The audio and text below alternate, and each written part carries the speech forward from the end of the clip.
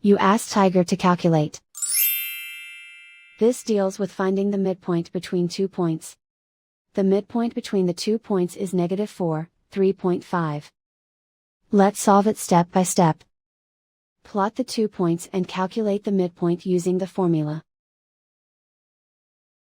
The coordinates of point 1 are, x1 equals -2, y1 equals 3. The coordinates of point 2 are, x2 equals -6, y2 equals 4. PM represents the midpoint of the 2 points.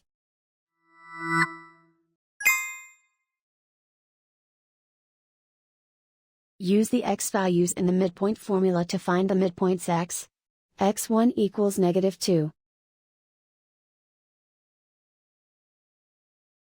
x2 equals -6. Simplify the arithmetic.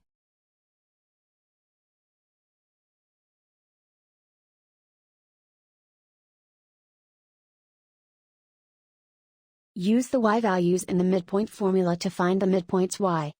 y1 equals 3.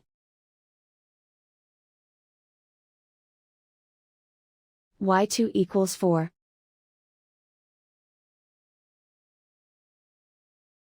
Simplify the arithmetic.